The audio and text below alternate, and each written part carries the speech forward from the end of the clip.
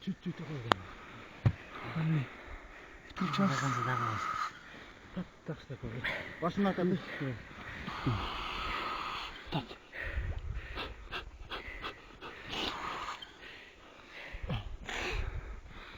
Bu başına kaldı. Ya.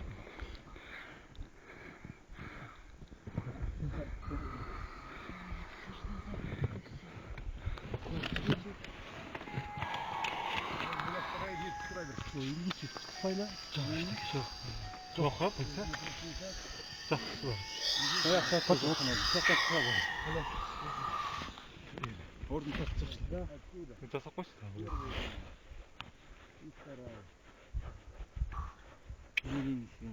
Köpçek falan da ne? Çok ettim onu. Ne? Şöyle.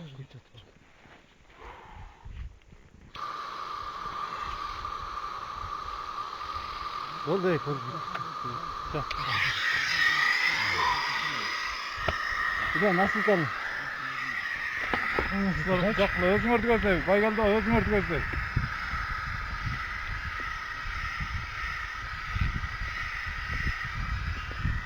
Alo.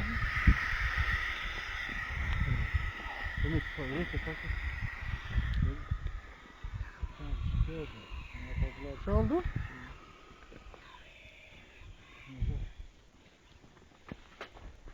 Hey, sütte takılacak mı onlar?